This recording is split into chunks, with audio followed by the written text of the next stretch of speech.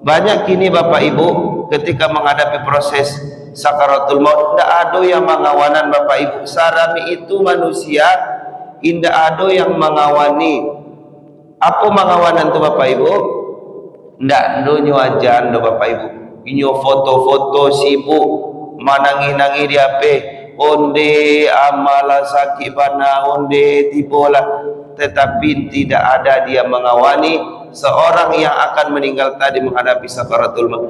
Padahal Allah jelaskan ketika menghadapi sakaratul maut itu banyak sekali ujiannya, termasuk syaitan yang akan menggoda manusia pada terakhir kalinya. Kalau dia tergoda, maka dia akan jatuh kepada kekafiran dan itu tidak akan diterima lagi amal ibadahnya. Maka Bapak Ibu jamaah yang kami muliakan, hendaknya kita memang benar-benar menghadapi sakaratul maut itu dengan sebaik-baiknya. Sabbihisma rabbikal a'la alladhi khalaqa fasawwa.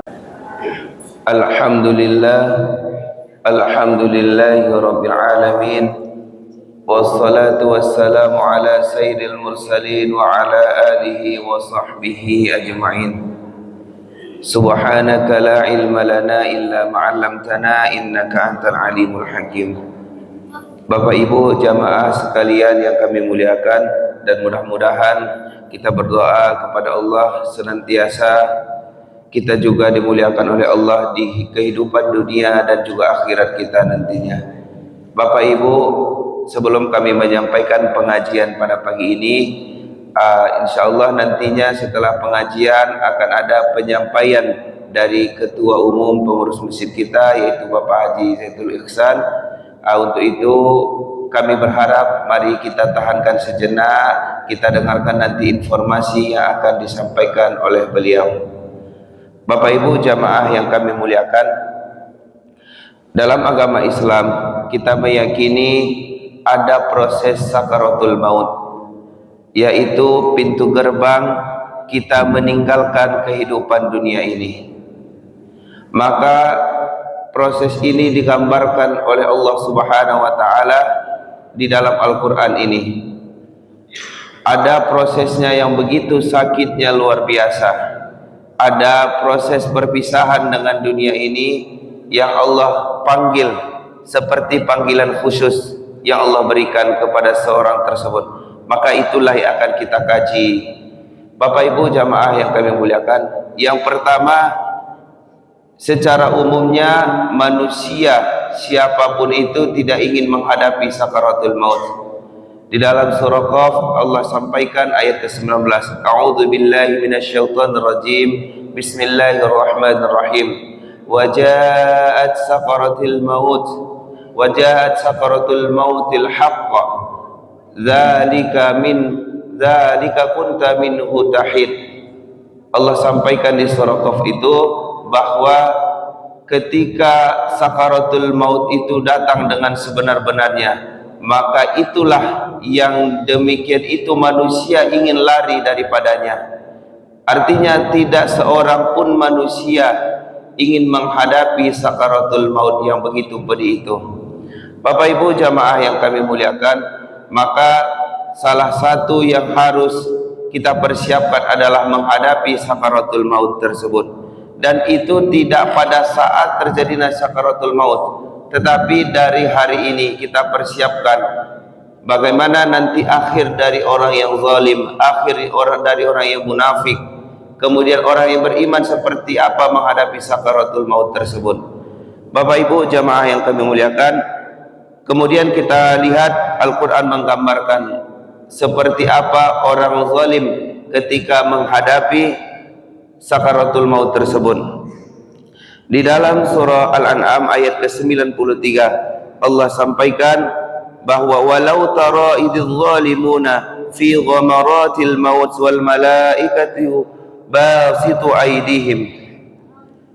Maka Allah menyampaikan ketika orang-orang zalim berada dalam kesakitan sakaratul maut, maka pada saat itu malaikat sedang memukul-mukul tangan mereka.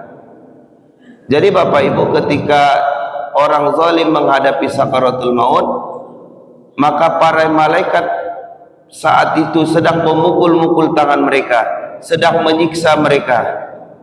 Maka Bapak Ibu, sering kita melihat orang yang menghadapi sakaratul maut, yang dia sakit, yang dia menghadapi proses tersebut, tetapi dia meraung-raung. Bapak Ibu, betapa sakitnya, kita tidak pernah dia melihat seperti itu, dengan sakit yang luar biasa. Maka bisa jadi Bapak Ibu, dia sedang menghadapi proses sakaratul maut. Tetapi Bapak Ibu, di awal kami sampaikan, ini kita tidak untuk menghakimi orang lain. Kita hanya menggambarkan bagaimana Al-Quran menggambarkan sakaratul maut tersebut. Jadi Bapak Ibu, jangan habis mengaji ini kita pergi melihat orang sakit, oh ini sakaratul maut, oh ini sakaratul maut, oh ini sakaratul maut orang zalim. Tidak seperti itu Bapak Ibu, tetapi menjadikan persiapan bagi diri kita.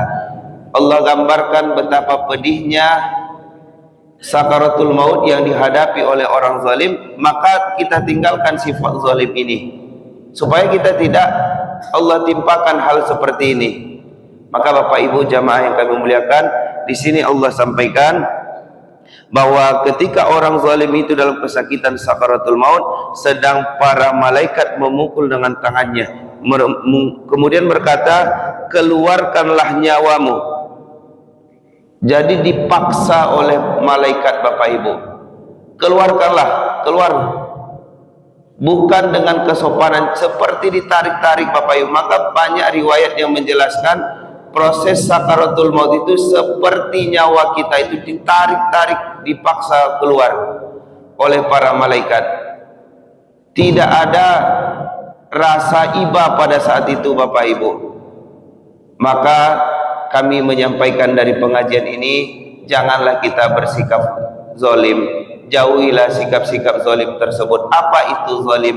Yaitu sikap atau perbuatan yang menyakiti hati orang lain, yang mengambil hak orang lain, yang penuh dengan apa namanya itu Bapak Ibu, kemaksiatan. Jadi zalim ini bisa berlaku untuk diri kita, kita zalim, zalimun li nafsih, bisa zalim kepada diri kita. Apa yang zalim kepada diri kita? Kita tidak menunaikan hak-hak kita. Sebenarnya badan kita haknya itu perlu sholat, dia harus melakukan ibadah-ibadah, tapi kita tidak lakukan karena sifat malas kita, maka itu juga zalim kepada diri kita. Mengambil hak-hak orang lain adalah zalim juga. Maka mari kita jauhkan diri kita dari sifat-sifat zalim. Kemudian Bapak Ibu jamaah yang kami muliakan, juga kita melihat di surah Al-Ahzab, yaitu ayat ke-19. Kami singkatkan ayatnya, ketika Allah itu melihat, memperlihatkan kepada kita bagaimana orang-orang kafir, orang munafik, kemudian orang kikir juga.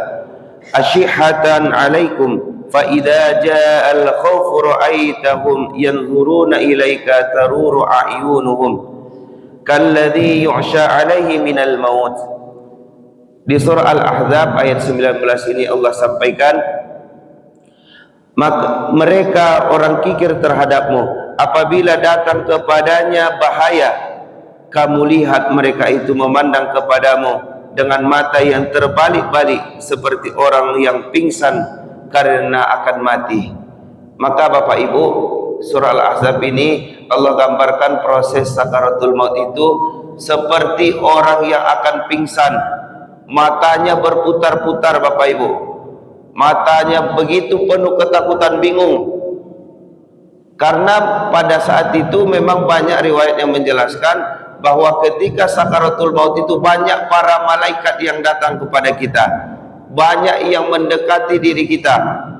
Kalau dalam gambaran ayat ini, itu bisa jadi proses dia melihat itu dengan linglung. Sianan banyak ko, sianan orang ramai ko, sianan tibo ko iko siako. Itu penuh dengan kebingungan. Maka Bapak Ibu jamaah yang kami muliakan, di mana Allah sampaikan termasuk orang yang munafik, kemudian orang yang kikir ini akan menghadapi proses sakaratul maut yang seperti ini. Kikir dalam artian apa Bapak Ibu? Bisa jadi kikir dalam hartanya, bisa saja kikir kebaikannya. Ketika di dunia tidak ada manfaat yang dia berikan kepada orang lain. Kalau kita kerja, itu bukan kebaikan kita, itu adalah usaha kita Bapak Ibu. Tetapi kalau ada kebaikan yang tanpa upah, tanpa pamrih kita berikan kepada orang lain, maka itulah kebaikan yang kita berikan. Dan itulah yang membuat kita tidak kikir. Tapi kalau kita semuanya diperhitungkan, ada orang yang membutuhkan kita perhitungkan, ada orang yang musibah, kita tidak peduli dengan hal tersebut, maka Bapak Ibu jamaah yang kami muliakan, maka takutlah kita dengan proses sakaratul maut yang menakutkan ini. Kemudian Bapak Ibu yang kami muliakan, di dalam surah Al-Qiyamah juga disebutkan, yaitu kalla idza balaghatit taraqiya wa qila man raq, ketika nyawa itu telah sampai ke kerongkongan. Allah jelaskan di surah Al-Qiyamah tersebut, ketika nyawa itu telah sampai ke kerongkongan, maka ditanyalah kepada orang tersebut, siapa lagi yang dapat menyembuhkan, siapa lagi yang dapat menyelamatkan. Maka Bapak Ibu, pada saat itu manusia penuh dengan ketakutan. Karena Bapak Ibu, kalau misalnya dia semasa di dunia itu tidak taat kepada Allah, tentu dia tidak bisa mengharapkan Allah pada saat itu. Karena dia tidak taat, dia zalim, dia kafir, kufur kepada Allah Subhanahu wa taala. Tetapi ketika pada saat itu datang sakaratul maut, kerongkongan itu sudah sampai nyawa itu di kerongkongan ini Bapak Ibu, maka ketika orang beriman yang ditanya, maka dia akan menjawab itu adalah Allah Subhanahu wa taala. Allah lah yang akan menyelamatkannya dalam proses sakaratul maut tersebut. Tetapi kalau tidak Bapak Ibu, maka penuhlah ketakutan wajahnya pada saat itu, karena tidak ada yang dapat menolong. Dan disitulah proses syaitan, proses iblis menggoda manusia terakhir kalinya. Siapa yang menolong? Datanglah syaitan dengan bisikannya, saya bisa menolong. Bilanglah, katakanlah, saya yang akan menolong kamu. Maka dengan penuh ketakutan tadi Bapak Ibu, seseorang bisa saja di akhir ayatnya itu kafir, keluar dari Islam tersebut Bapak Ibu. Maka hati-hatilah kita tipu daya syaitan ketika menghadapi sakaratul maut. Maka Bapak Ibu, itulah proses talqin yang kita lakukan, mengingatkan seorang yang akan menghadapi kematian tadi, la ilaha illallah, la ilaha illallah. Banyak kini Bapak Ibu ketika menghadapi proses sakaratul maut, tidak ada yang mengawanan Bapak Ibu. Sarami itu manusia, indah ada yang mengawani. Apa mengawanan itu Bapak Ibu? Ndak ndonyo ajan do Bapak Ibu. Inyo foto-foto sibuk manangi-nangi di HP. Onde amala sakit bana, onde tibola. Tetapi tidak ada dia mengawani seorang yang akan meninggal tadi menghadapi sakaratul maut. Padahal Allah jelaskan, ketika menghadapi sakaratul maut itu banyak sekali ujiannya, termasuk syaitan yang akan menggoda manusia pada terakhir kalinya. Kalau dia tergoda, maka dia akan jatuh kepada kekafiran, dan itu tidak akan diterima lagi amal ibadah. Maka Bapak Ibu jamaah yang kami muliakan, hendaknya kita memang benar-benar menghadapi sakaratul maut itu dengan sebaik-baiknya. Kita berdoa kepada Allah, Allah mudahkan proses sakaratul maut kita. Bapak Ibu jamaah yang kami muliakan, kemudian di surah Al-Qiyamah ini Allah sampaikan sakitnya sakaratul maut ini. Waltafatis saqu bisaq, itu betis kiri itu saling bertautan dengan betis kanan tadi Bapak Ibu. Ado awak Bapak Ibu pernah ndak merasuan sakit batiko Bapak Ibu? Nah iya, baraso sakitnya tuh, raso ditarik kaki itu Bapak Ibu. Nah itu yang paling ringan digambarkan oleh Allah. Itu yang Allah gambarkan yang sering kita lakukan, dan itu tidak berhenti-berhenti sampai nyawa itu keluar dalam diri kita, keluar dari badan kita. Itu rasanya begitu pedih luar biasa. Dan sebenarnya Bapak Ibu banyak sekali hadis-hadis Nabi Muhammad SAW yang menjelaskan proses sakaratul maut ini. Tapi karena berbatas waktu, kami hanya menjelaskan apa yang ada di dalam Al-Quran.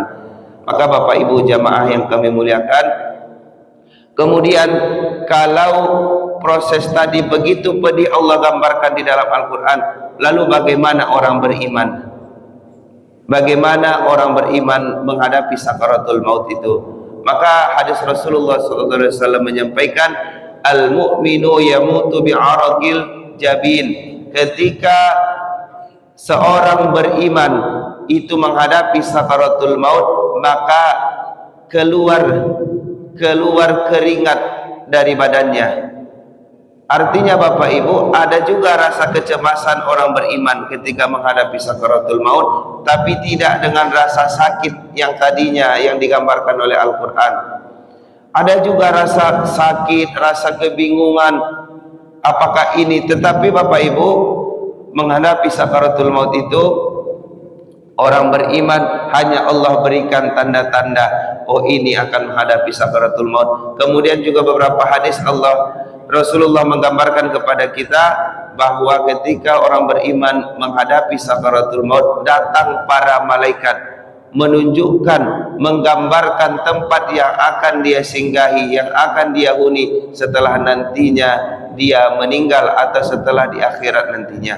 Maka Bapak Ibu jamaah yang kami muliakan, takutlah kita dengan proses sakaratul maut ini. Tidak ada yang sanggup menghadapinya Bapak Ibu. Tidak ada yang rasanya kita siap untuk menghadapi proses sakaratul maut itu. Tetapi kalau kita tidak persiapkan, kita tidak beramal dengan sebaik-baiknya di dunia ini, maka na'udzubillah kita berlindung dari pedihnya sakaratul maut tersebut. Kemudian Bapak Ibu jamaah yang kami muliakan, ada juga yang Allah bebaskan mereka dari proses sakaratul maut ini, yaitu orang yang berjuang fi sabilillah, orang yang ikut berperang, orang yang berjuang di jalan Allah. Maka mereka tidak akan merasakan sakitnya sakaratul maut, karena mereka sudah merasakan sakitnya di dunia. Kalau dia mati, kalau dia meninggal ketika perang, ditebas ketika perang, maka itulah sakaratul mautnya. Dia tidak merasakan lagi yang lainnya. Maka dan dia akan langsung dipersaksikan oleh malaikat, akan dimasukkan ke dalam surganya Allah Subhanahu wa taala.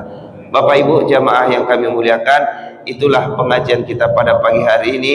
Beberapa gambaran Al-Quran tentang pedihnya, tentang sakitnya proses sakaratul maut itu. Benar-benar kita berlindung kepada Allah dari hal-hal demikian, dan mudah-mudahan Allah golongkan kita dengan golongan orang yang beriman, yang dipanggil dengan panggilan keridhaan, ya ayyatuhan nafsul mutmainnah irji'i ila rabbiki radiyatan mardiyah. Kembalilah kepada Tuhanmu dengan meridhai lagi diridhai oleh Allah Subhanahu wa taala. Demikian Bapak Ibu, mudah-mudahan ada manfaatnya kepada kami yang menyampaikan dan kepada kita semua yang mendengarkan. Assalamualaikum warahmatullahi wabarakatuh.